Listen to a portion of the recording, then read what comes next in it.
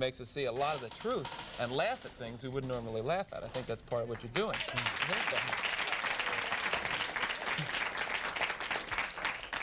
What do you think that these executives are afraid you're going to do to white America? Probably stop some racism. Stop racism.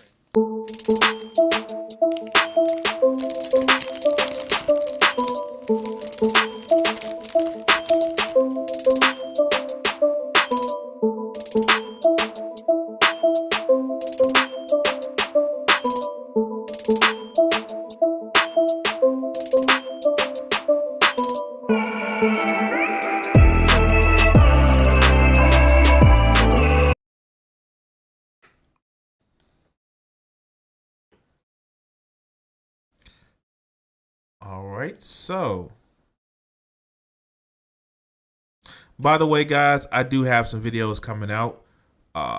One video coming out tomorrow. Remember, my Patreons got that early, and we're gonna go to another video. All right, great. So, you want to actually hear from another Joker?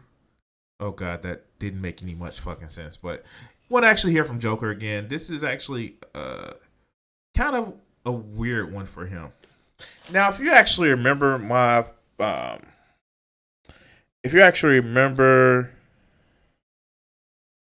my last video about Joker, he actually said he did quick flings out of in different Southeast Asian countries and all that other good shit. And quite frankly, but he never wanted to settle down in casual relationships and all that other good shit. So let's hear his take on what science says, the difference between men and women in casual flings.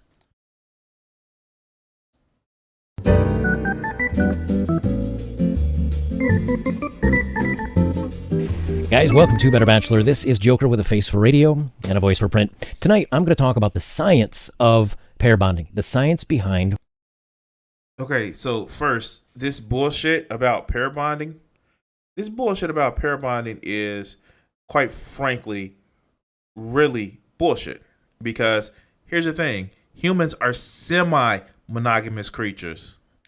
And quite frankly, we pair bond for the little kids, but as soon as they're able to run away and mostly take care of themselves in our prehistoric days, it didn't really care about the men and women staying together. The invention of agriculture and settling down is what really turned us into a mostly monogamous society. But let's hear his take on it. Remember, the better bachelor, the forever bachelor, or whatever the fuck you think he is. When a woman has many partners in her past versus when a guy has many partners in his past. Many times, guys are known to be, throughout time, to be the ladies' man, the guy that can go out and get lots of dates, and he's very popular with the women, but then he settles down, he gets married, he has a family, and supposedly all goes well. Of course, it always doesn't. Okay, so we're listening to this bullshit, and quite frankly,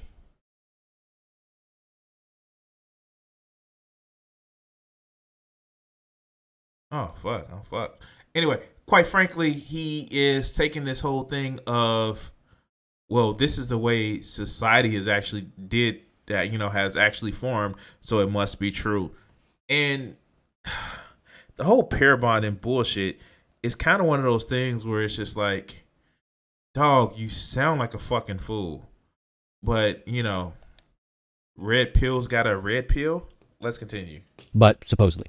But when a woman does this, well, it's frowned upon, and it's bad actions, right? But let's break down the science of this, and let's show why there is a difference between a woman and a man in their dating past. It's a very touchy subject, but we have to touch on it because this is why so many men have problems when women come forward and say, I've had X amount of partners, and it's a relatively high number or very high number. This is why guys get uncomfortable and they don't like it. But let's get into this a little bit. Now, first I'll hit the recording here. Wait, what? Okay, he must be just saying that he's actually going to play the video. Now, keep in mind, a lot of the guys that actually feel this way only feel this way basically because they have insecurities about their own performance. And so they feel that if a woman has had more partners than them or just had any partners, their lack of bullshit actually doesn't work. So let's go. And yes, there is a social stigma with this, but even if that passes, there's still science here. So I came across this post on Reddit. Everything I'm going to skim over, there's a lot to go over here, but I'm not going to dive too deep. I'm going to touch on the important subjects or the important parts of it. If there's a lot of choppy... Wait. His scientific research came up because of Reddit. Dude, do we have to really fact check this motherfucker? Oh God. It's almost as if he saw something that he believed was right because it corresponded to his pre-existing beliefs. And he was like, yeah, got him. Because science. But let's continue. Editing it's because I got into something that went too deep. I don't want to make this an hour-long video tonight, but I'll leave all the links down below here if you want to check it out and read a little bit deeper on the subject. So on Reddit, and this is what got me down this rabbit hole. On Reddit, a young lady posts and says, "I have only one partner. It is my current boyfriend, and I'm happy. But later on, if I decide to have fun," and she's familiar with the men's kind of theory on this stuff and red pill stuff. She says, I don't want to be labeled as a bad person for having a long list of history, and she's only at one. But she says, I'm uncomfortable with the idea that my past matters to other people. Why can't it just be me doing what I want and so on and so forth? She does have a great line in here, though. She says, I hate that my intimacy isn't my own. I hate that anything I try now will become part of my, quote, history, something that I'm morally obliged to disclose to any future partners, and then it's up to them to decide what they think of it. Actually, no, you're not fucking morally disguised. You know, as long as you're not carrying around diseases, like, who fucking cares? Who fucking cares? Shit, I know I've said it before. I would prefer a woman that has some history, that knows her way around a good pole. Take that as what you will. The fact that she went so far to say she's morally obligated to tell them about her past, big thumbs up to her. She's at one boyfriend, one partner, and so, she's thinking about this. And that if she does go kind of crazy, she says, I'm morally obligated to tell them, my future partners. I think that's great. It's a great attitude to have. It's the right attitude to have. But now we're going to dive into why so many men are uncomfortable in relationships and with the number of partners that some women are having out there and how you start heading down the slope. Now, a lot of this, guys don't necessarily know this in their front brain, but I'm going to explain kind of how we feel about it as we get in on it here. So first thing from psychological science. Okay. Dr. Joker. Oh, God, that sounded so bad. Like, goddamn. Really? Their front brain. I mean, like, if you want to sound fucking, I'm sorry, scientific, authoritative, you don't call it your front brain, motherfucker. You call it consciousness. That your higher consciousness. But front brain, me thinks that your front brain ain't working right. But let's continue. It's.org, a 48-hour intimacy afterglow. Now, afterglow is their word. It's not my thing, but they say a 48-hour intimacy afterglow helps bond partners over time. And it says intimacy plays a central role in reproduction. It can be pleasurable, but scientific findings suggest that it may serve an additional purpose, bonding partners together. A study of newlywed couples published in Psychological Science, or Journal of the Association for Psychological Science, indicates that partners experience an afterglow that lasts for up to 2 days, and this afterglow is linked with relationship quality over the long term. I'm going to skip down here because, like I said, we have a lot to go over. It says on it. I guess my thing is, and I just want to kind of be a little bit transparent of what I believe. I don't think that he really understands how to read a scientific art.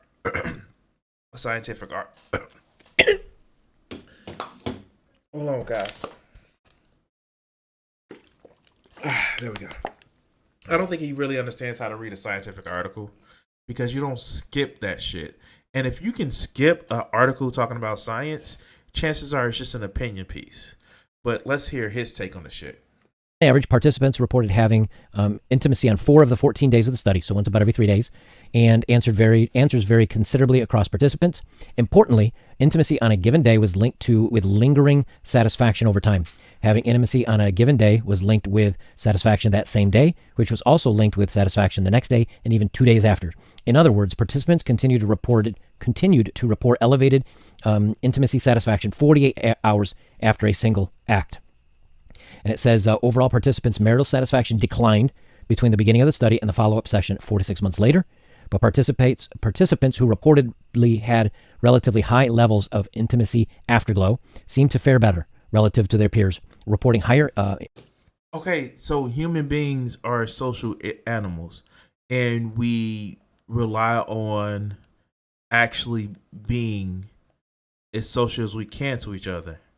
It doesn't sound as he's making a substantial point. It just sounds like if you like somebody, you fuck them, and whoever you fuck, you like. That's all what this point sound like. I'm just like not understanding anything else. What the fuck are you trying to say, dog? But let's continue. Initial marital satisfaction and less steep declines in satisfaction across the first 4 to 6 months of marriage. So, and they go on to in deeper. Again, I'll leave this below. But basically what they're saying is if you are close with your partner every 2 or 3 days, it keeps the bond tighter. It keeps more satisfaction in the relationship. However, we often know, as guys, we know this, it's not just a joke that's been around since forever, that once you say you do, she doesn't. That over time, that wanes and that goes away. And as that goes away, the bond that you two have starts to weaken. This is what they call, so in this one, what I'm... So, motherfucker, if you want to actually say that the longer you're together, the less sex you have, cool, I will agree with you on that. There are some people that, like, after so long, they stop fucking.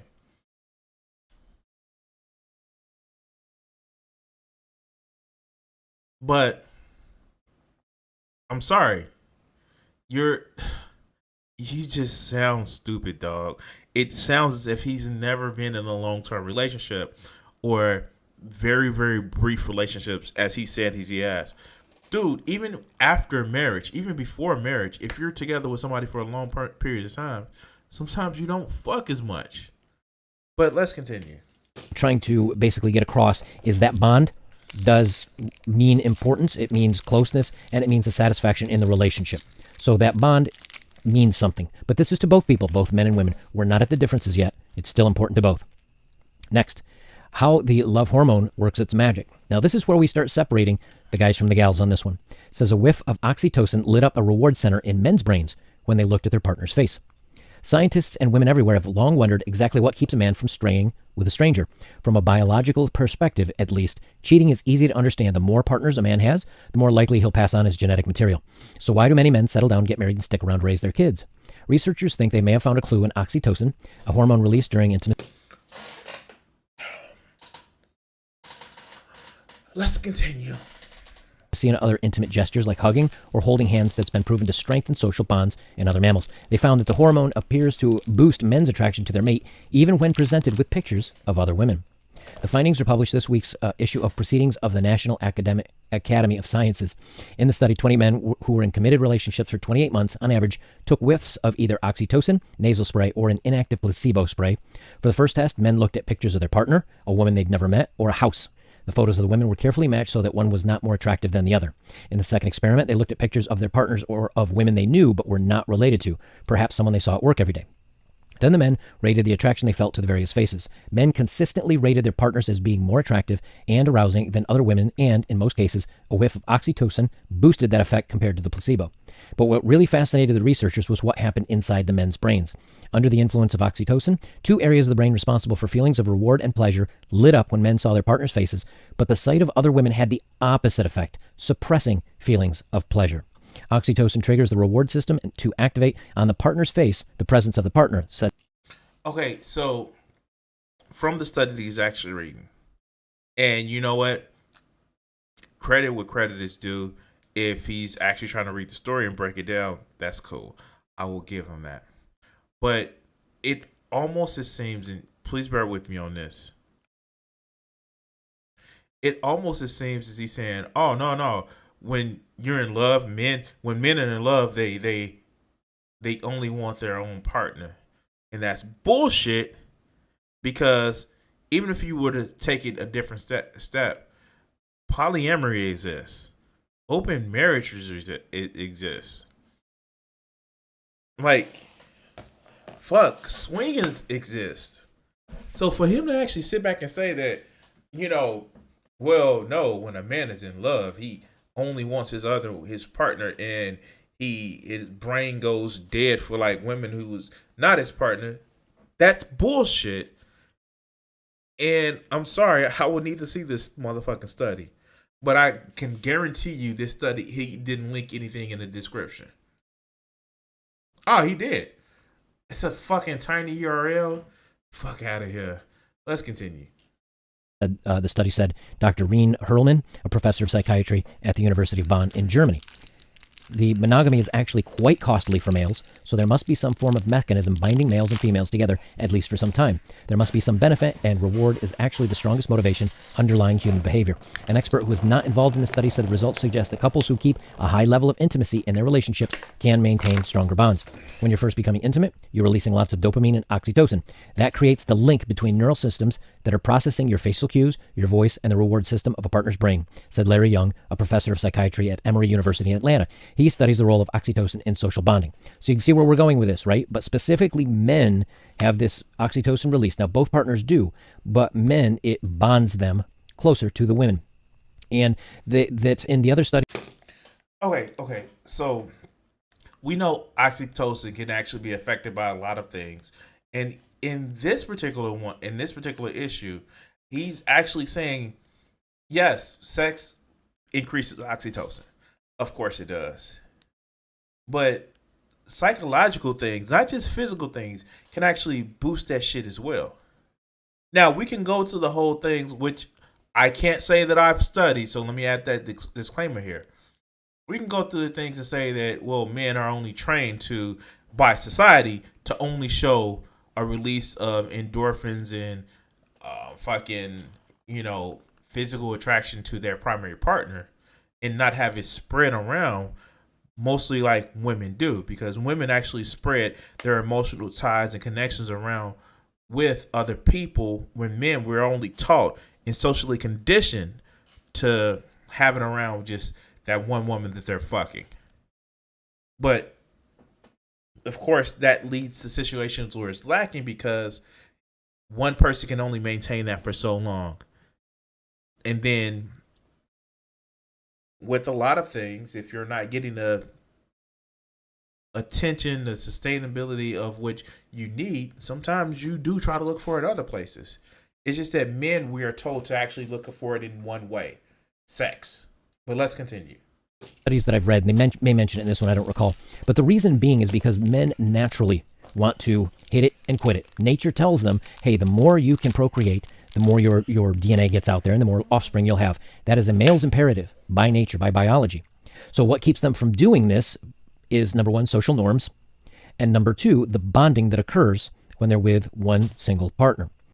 But we also have it where after a couple of years, that bonding doesn't work. Oxytocin is literally some of the things that drugs work off of. That's why people keep trying to get the next bigger high, because that first high, that beginning high, it doesn't last long. I think motherfuckers took the misnomer of the love hormone as something, like motherfuckers like him took the misnomer as a love hormone as to say, oh, it just means perfectly always in love. Bullshit. No, it doesn't. But let's continue. So it's kind of been designed that a guy will always have the drive to be with multiple, but once he's bonded with a woman, as they say here, the attraction to other women actually decreases, so long as his needs are being met by his main partner. They continue on. As time goes on and couples become less intimate, Young noted that the linkage can decay. But activities that release oxytocin, such as really looking into another person's eyes, holding hands, kissing, and having intimacy, may help restore the connection. To me, it suggests there may be a way to help prevent the decay that can occur that leads to couples to separate. I think this is the only reason we do hug and touch each other all the time. I think this is the mechanism that keeps oxytocin levels in high relationships. So, why do men go astray sometimes? Because this bonding is breaking down. Why is the bonding breaking down? The intimacy has gone away. Oh, great. He's going to start blaming a woman for this. I bet it's going there. But let's continue. And so as long as, and I can't say this in all cases, but again, it seems to show that as long as a man is close to a woman, whether he's married to her or dating her for a long term, and she is providing the intimacy that keeps that bond strong, Hold on, guys. Hello?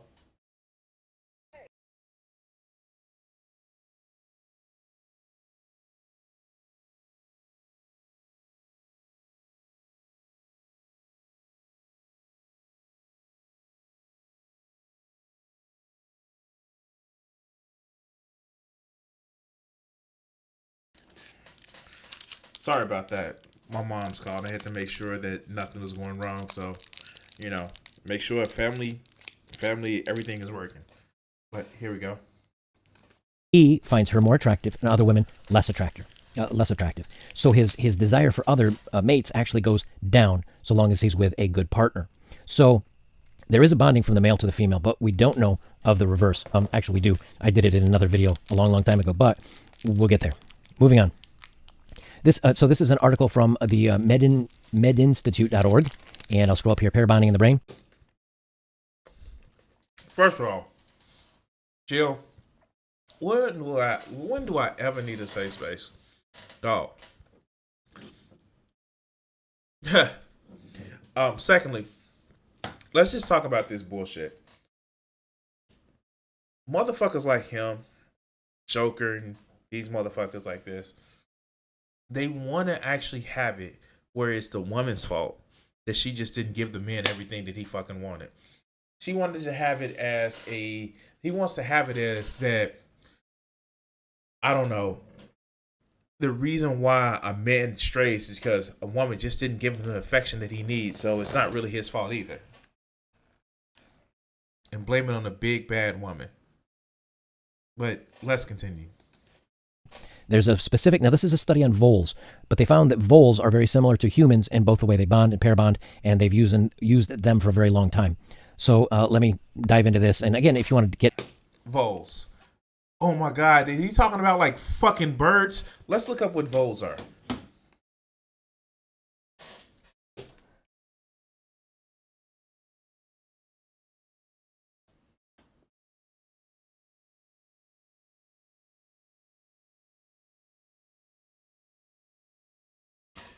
Oh my God.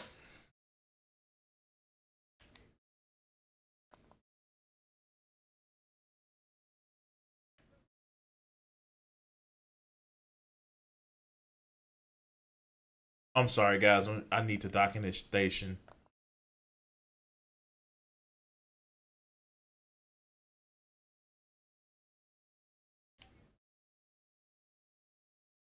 There we go.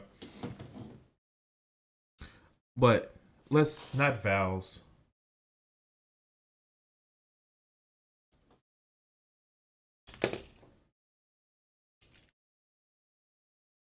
Oh. Wait. This is the shit that he's talking about as a vole? Wait. What? What? Okay, I spell. Voles thrive on small plants, yet like shrew.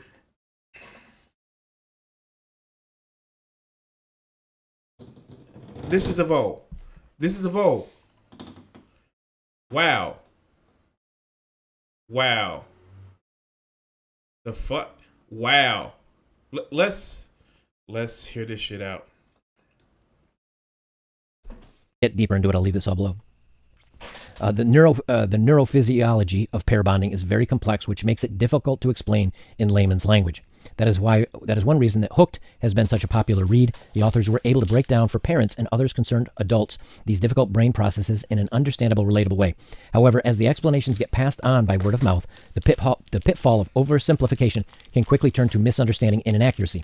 As people become familiar with oxytocin, a neurochemical that is critically involved with bonding, a common erroneous theme emerged that oxytocin production decreased with repeated closeness, and thus people who had repeated closeness with multiple partners no longer had the ability to bond with partners due to a lack of oxytocin. The truth is that people can damage their ability to bond, but it is not because of a decrease in oxytocin production. It is a much more complicated process involving brain molding, other neurochemicals, and higher brain functions. So wait a minute. He's reading this study, and he is literally actually like, well, it's not really a decrease in production. It's just the way you act and your behavior pattern. Does he actually see this shit that he's saying? Like, come on, guys. Like, come on. Tell me he sees the shit that he's saying. Let's continue. Our behavior actually changes our brain. The connections between neurons that are stimulated by our actions increase with more use and decrease with less use. When a couple engages in close bedroom behavior, neurotransmitters such as oxytocin, vasopressin, and dopamine stimulate formation of synaptic connections in the brain, associating the pleasure of intimacy with the partners involved, encouraging them to bond and have more intimacy together, leading to the beginning of a family unit. And I'm going to jump down to the last. So, all this jumping around and shit, I don't get it. It's like, I get why that he was looking for to make his point, but he's just not making a coherent point. Like, from what he's already said, he's actually stated that it's not really that the almost called it the Oxycontin, but shit, they fucking work on the same receptors, but oxytocin is decreased or shit like that, or no matter how many people that you have, it's really just behavior. It's not that. But, you know, for some reason, if a man doesn't feel connected, then, well, he did when he had a good woman, but now it's heavily implied that it's something that the woman did. Because as soon as you say I do, she don't. Fuck out of here. Paragraph here, because I think this is the one that's most related. However, when an individual chooses to engage in casual intimacy, breaking bond after bond with each new partner, the brain forms a new synaptic map of one-night stands. This pattern becomes the new normal for the individual. When and if the individual later desires to find a more permanent partner, the brain mapping will have to be overcome, making a permanent bond more difficult to achieve. Often the individual is not aware that the brain is adapted to the behavior pattern, and she begins to think, this is just the way I am, further reinforcing the pattern. In conclusion, research on bonding continues to support previous research showing that the brain is strongly influenced by bedroom behaviors. Dopamine pathways, as well as oxytocin and vasopressin and other neural symptoms, are important factors in the information or the formation of bonds. When a person engages in an intimate behavior, there are consequences above and beyond the possibility of unwanted pregnancy and STIs. So, basically, social behavior dictates how our brains work.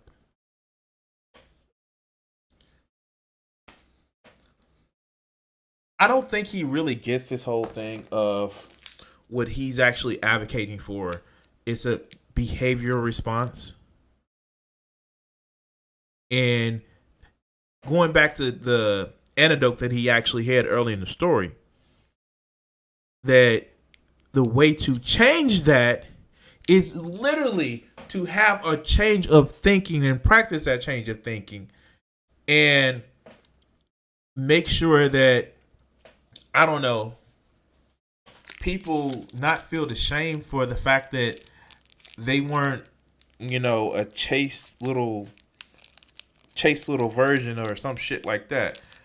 This whole thing about making sure that women aren't shamed for actually experimenting as much as men do. But let's continue. Bonding with this intimate partner is one of those results. So here's what we have. Guy goes out, he has his fun, but he does have problems with bonding. However, he is genetically predisposed to do this. Men are hardwired to go out and roam and try to spread the seed, so to speak. But women are too, dog. Like, it's not just a whole, oh my God.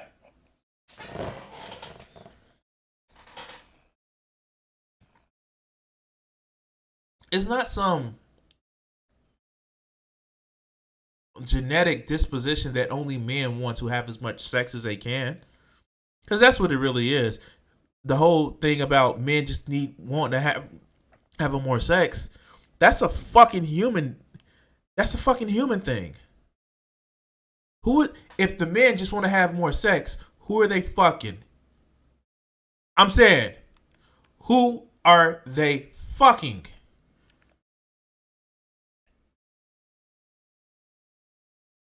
But let's continue.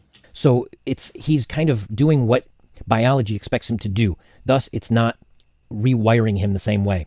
And once he does find one partner to be with, the pattern of bonding is not enough to overcome, at least is the way I've read it. You guys can read it and tell me if you think differently. The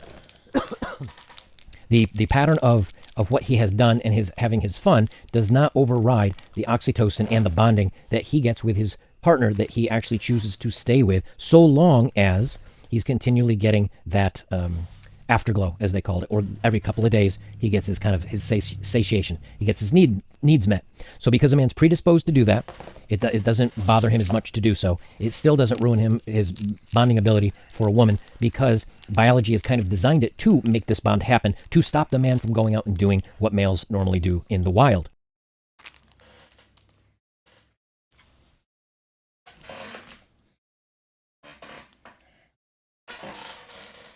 Motherfucking Jack Hanna over here. That's a fucking 90s reference if you get it. It's literally saying that we know that women don't sleep around in a while. When we know that all the mammals in the wild go through heat, and quite frankly, our simian cousins are some of the most prolific maters. They may not reproduce as much as, some other things, but they show like to fuck both men and women. Dude, the evolution of a man's sex organ actually had to evolve because women would get more dick than men would get more than anything. And the way our penis is designed and the way her vagina is designed, yes, it is genetically in our genetic history that both men and women like to fuck a lot. But let's continue. For a woman, however, she does not have that same bonding mechanism. And after multiple partners here, as they express, she does not have the same ability to overcome that habit or that broken bond the way. Fucking Dr. Joker here, people. Dr. fucking Joker. Because he already came with the the pre-established thought that women can't get over the whole needing to fuck with different people. And no, dude, that's not how this shit works, man. That's definitely not how this works. Because literally you were just saying that women are less than men. Because men can get over. Like, if this is not a fucking advertisement for, well, you better fuck him or somebody else would, the person, that is what this shit literally is. And I'm sorry, dog. I'm sorry. If you want to say that both men and women need constant, reassurance from their partners, if they need constant, attention or, human connection, then we're good. But for you to actually say, oh, it's because like men can actually get over that programming and women can't. How fucking sad are you? Let's continue. The neurotransmitters or the pathways have made themselves because of the repeated bad behavior. There is nothing to help her overcome that. And so she has to just do it by sheer will. There isn't a biology, because women weren't designed to do this, at least according to what I've read. I'm sorry. Like, the thing about it is, what does he mean by women weren't designed?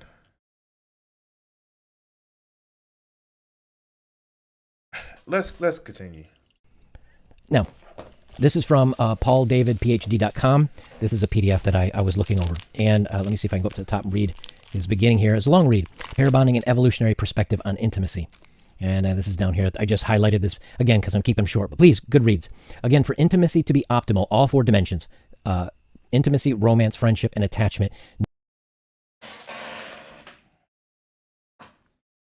I don't disagree with this shit. I don't. And yes, those are key points to a relationship. Hold on, guys.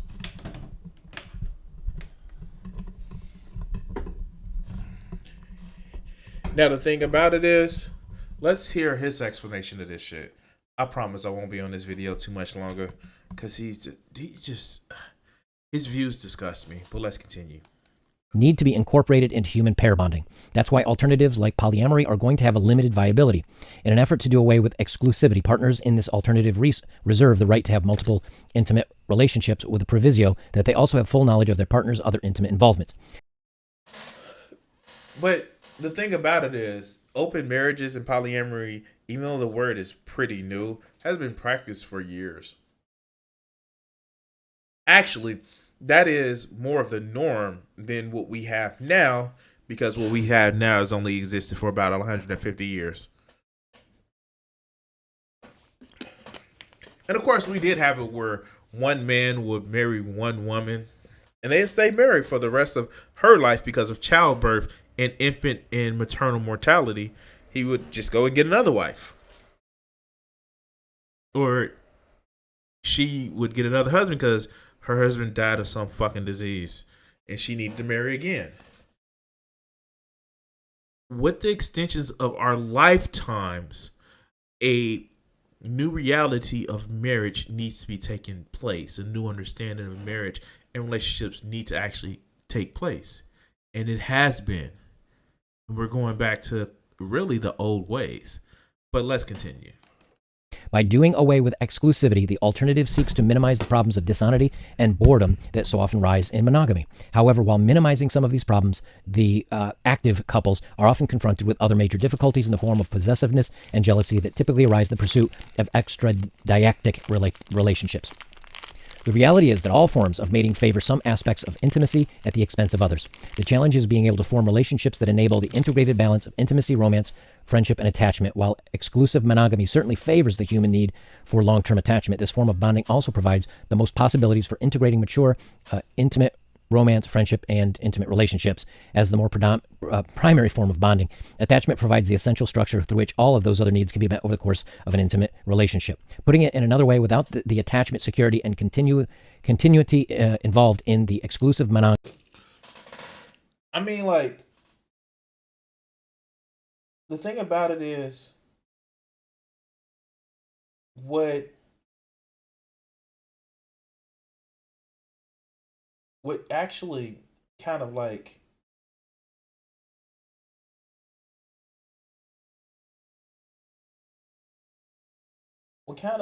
you know,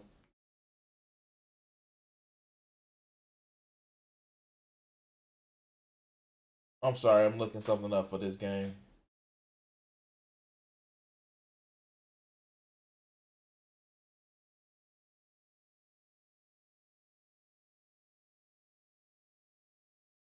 I'm trying to find out where the Nagdarian, I don't know.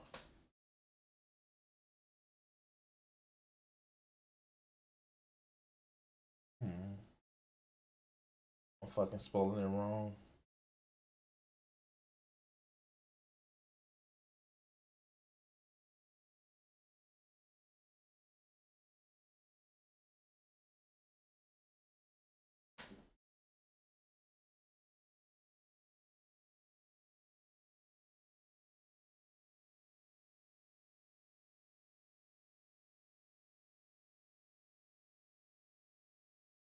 But the problem is that a lot of this isn't that it's no stability. It's really about egos. And that's where a lot of relationships actually fail. Egos and insecurities versus, you know, not having a commitment. But let's continue. Humans are limited in the extent to which they can integrate and sustain a healthy bedroom, romance, friendship, and intimate relationships. For better or worse, this appears to be our evolutionary fate as humans. Okay, lots of science there. I know that was a lot to chew through, and I'm not even going to get to the last page that I have here. But here's the whole science that they talk about, is that multiple partners by both parties don't really end up doing very well.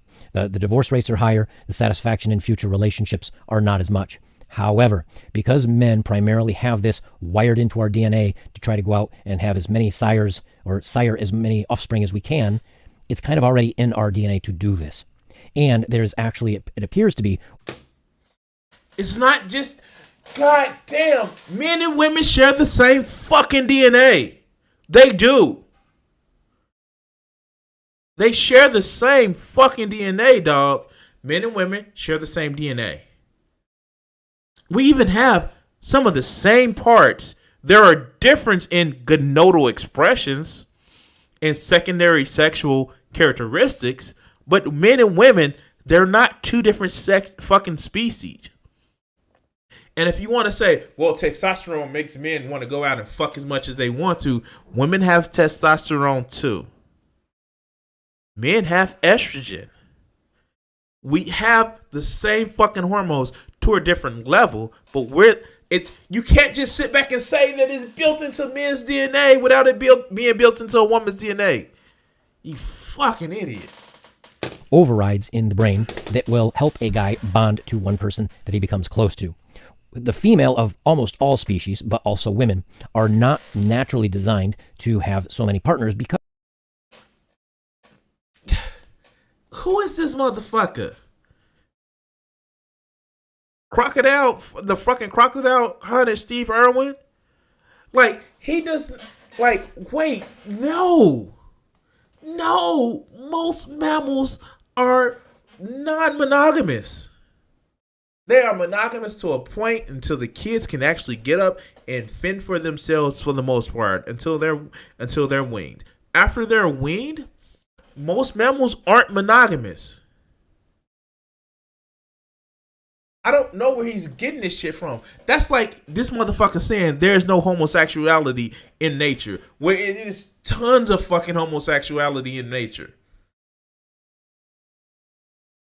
Like, it's just an idiom that women just take care of the kids in every species. No, motherfucker, that's not the fucking case.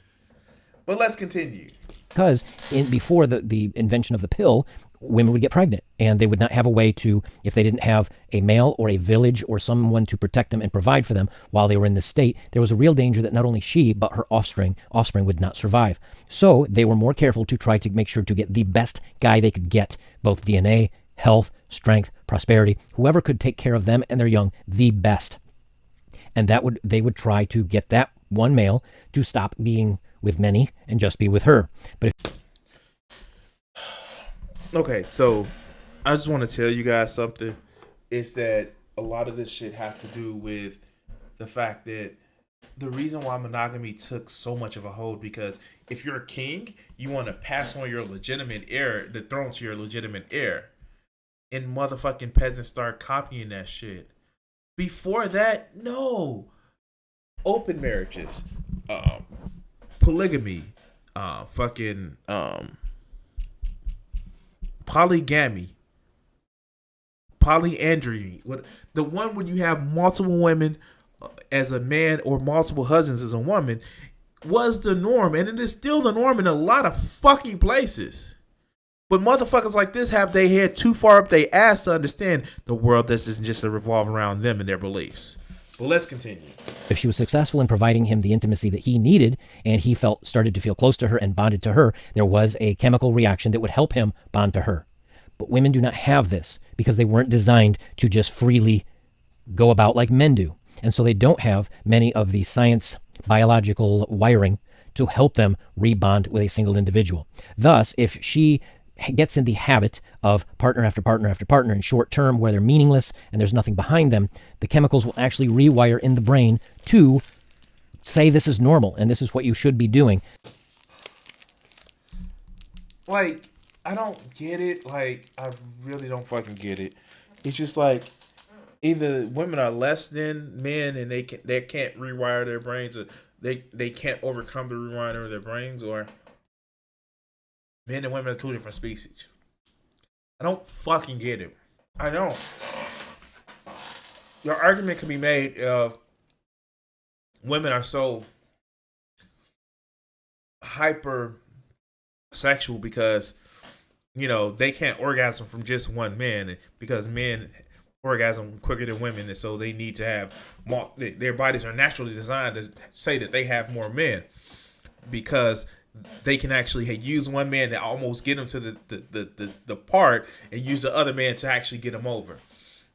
Like, we can have that same discussion based off of what's natural, you stupid fucker. But let's continue. Then, when she decides to be with just one partner or settle down, that desire to keep going and finding other partners and feels like normal to them. It feels like this is what is expected, and it's not a conscious thought. It's the chemical wiring in the brain.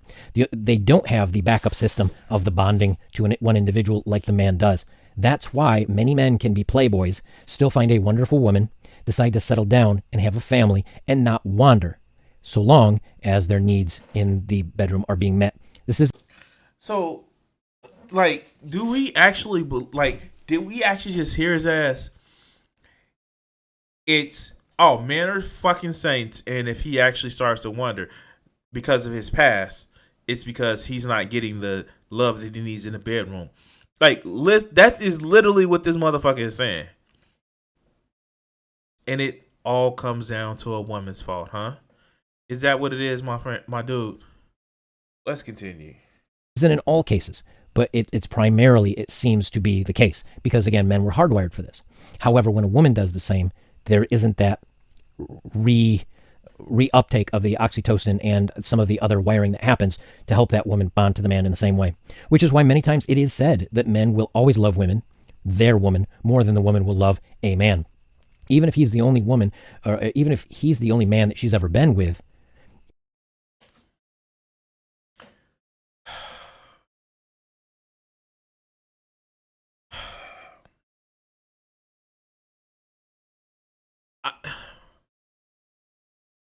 No, men don't just love a woman more. That's not the case, dog. Now, if you want to say that men have been actually socially conditioned to actually only trust fewer people, and this trust can be confused with love, then yeah. If you trust a woman because you are told never to be vulnerable around anybody else, then that's not a love issue. That's we've been conditioned to actually believe one thing versus another. Like, seriously, that's what you're talking about. But no, you're not saying that. You're literally saying that, no, men love better. That's that same shit that I've heard from Coach Red Pill. Oh, God, I got to do a Coach Red Pill video today. But let's continue. It's designed so that if he were to not survive or not make it or not be a suitable partner anymore, she can shift her allegiance over to someone new that provides the things that she needs for her and her offspring and can care for this person. Not to the same degree as the man does her, but to some degree, so long as he provides what she needs for her and her offspring. It's kind of really interesting, and again, I'll put these all down below, but I thought I'd put the science of this out there so that when guys get into when we talk about pair bonding and why it matters with the number of partners that someone's had, this is the science behind it. Now, when you want to talk about the emotions of it, this is the best way that I've seen, that I've read somewhere, and I'll try to put it into my own words. Ladies, if you are listening to this, imagine a man on... Oh, God. As if women are in his audience, right? Let's continue. His 18th birthday is given $1 billion. And if you were to marry him right then and there, that billion would be yours and his and the family's to use. But instead, he decides he wants to be a playboy. And he wants to go with all these hot models, just have his fun, casual flings. And each one he gives $1 million to, or $5 million to. He's just handing out his money like it means nothing. Just casual, just fun. And then one day, he's 33 years old. He has no money left. He has nothing. And you, who wanted to be with him, who told him you liked him, you thought he was handsome and successful and well off, and there was a lot about him, and you just wanted him to get to know you. Wait, is he comparing sexual conquest to millions of dollars? He's not. No, he's not. Let's continue. But he ignored you, and he blew you off to go be with all these beautiful supermodels, beautiful bodies, young, attractive, and he blew all his money on them. And now he's penniless, and he turns to you at 33 years old and broke, and he maybe even has kids by that point with some of the models. And he turns to you and he says, you know what? I've grown up now. I'm ready to settle down. Do you want me? A woman would say, you know something? I might have wanted you $100 million ago. I might have wanted you when you had a little bit more to offer me. But now you're broke. Now you threw all your fun away on and spent all this lavish time and wonderful things on all these women when I was here for you the whole time and you blew me off. And now that you have nothing to give me, now you come begging for me? Now you want me? Now? No, I'm not interested. You should have come to me when maybe you had a little bit more to offer. Wait. Virginity doesn't have a dollar amount on it, dog. What the fuck? Like, he is actually very fucking bitter. Like, for real. Like, this sounds like a bitter man. Bitter man. But to actually come up and say that you're equating sexual conquest to fucking money? I'm convinced this motherfucker doesn't like women. He just likes live sex dolls. Because this shit is out the fucking box. No pun intended. But let's continue. Well, this is the way that young men and many men look at relationships now. When a woman has her youth and her beauty, and a man says, you know what? I think you're beautiful. I think you're smart. I think you're wonderful. I may not be the best guy in the world, but I'll give you a good life and I'll be a good man to you. And the woman says, no, I want to have my fun and I want to spend my beauty and my youth and my time with all these other men. And then at 33. What is this making it past 30 that these motherfuckers think is something wrong with? Like, for real. Not only that, like, it's just he has so much bitterness. And, dude, like, I'm sorry. If he knows that this grift won't work past when some of these guys are in their 30s, right? He knows that, right?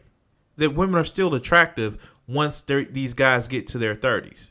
Like, I get it for the, like, 24-year-old that, like, watches his shit that may not be lucky with women and still trying to find themselves and understand who they are and make sure that they grow as a person. Well, fuck, a lot of incels don't grow as a person, but the ones that do grow as a person and just become better, not because they beefed up or some shit, but they developed who they are and understood who they became.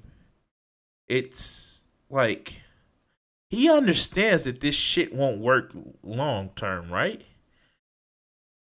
Let's continue.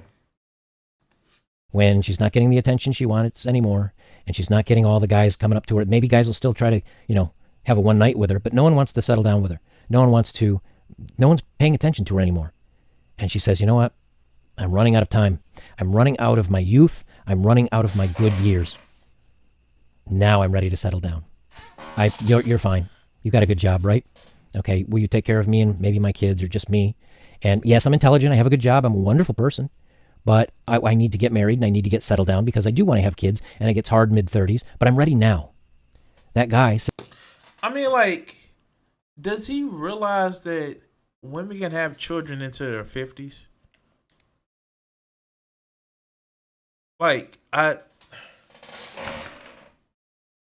maybe I'm missing something. Maybe I'm like, and we have a term for older women that still get play. They're called Krugers, dog. Like, what the fuck? We almost finished. Says, Where were you where were your best years? Where were you when you had more to offer as far as that youth and beauty? Because a man's money, if he does well for himself, other than inflation, $1 million is $1 million anywhere in your life. So as men get older, their finances don't go away. They usually get better.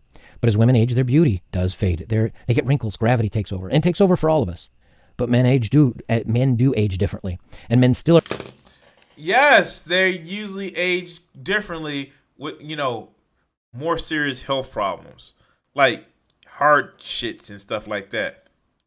Like, for real, dog, this is what you consider to be like your aha moments. Like, the fuck? A woman's value is more than just her beauty and her sexual history. It is. And motherfuckers like you just will not fucking understand that. Because you have this whole perception to think that, if she's been touched, then, it's something wrong with her. When it's really, she may have had better than me and I don't know how to perform or boost our own performance. Like, let's be honest. That's what the shit is. And you know what? I'm fucking tired of this. Like, I don't know what else to actually say. Like, this shit right here is just fucking crazy. Like, oh my God, like this whole thing about pair bonding and men can have multiple partners, but women can't because they won't love the man the same. That's fucking stupid. But hey, these motherfuckers are not the brightest bulbs in a fucking bunch. Anyway, guys, remember, since we're taking this break, like and subscribe. If you actually want to help out the stream, you can actually go to my Streamlabs page, and also at that page you can actually find my merch. I actually upgraded some merch. So if you see a t-shirt that you want to actually get, go ahead and check that out. I set them off for like $20. So have some fun. All right, I'm trying to get this beacon scan so I can actually go ahead and